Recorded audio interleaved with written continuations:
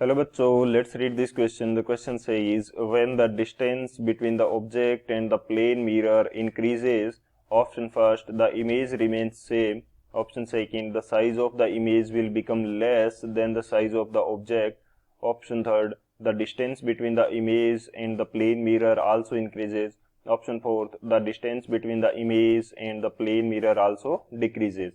इस क्वेश्चन के अंदर हमसे क्या बोल रखा है कि प्लेन मिरर के सामने कोई ऑब्जेक्ट रखी गई है।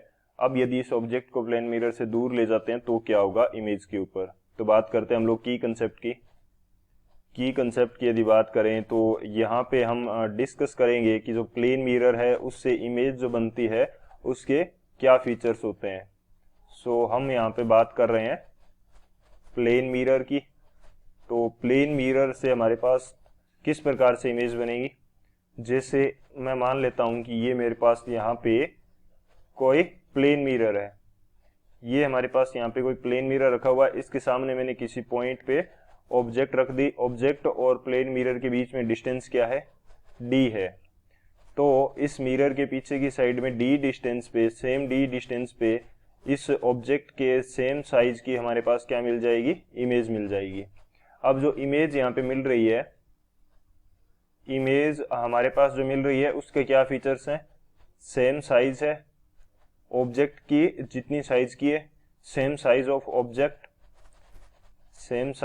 ऑब्जेक्ट एंड सेम डिस्टेंस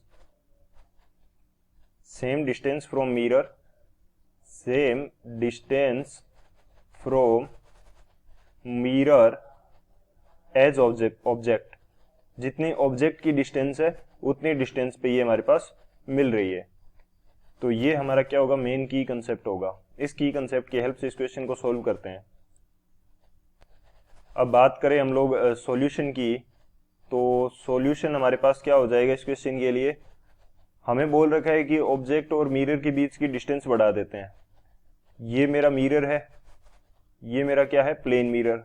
अब मैं ऑब्जेक्ट को क्या करता हूं, डिस्टेंस डी पे न रख के इसको मैं डिस्टेंस कहां कर देता हूं, 2D कर देता हूं। ये मेरी ऑब्जेक्ट हो गई। ऑब्जेक्ट और मिरर के बीच में जो डिस्टेंस पहले मेरे पास डी थी, इसको मैंने क्या कर दिया, 2D।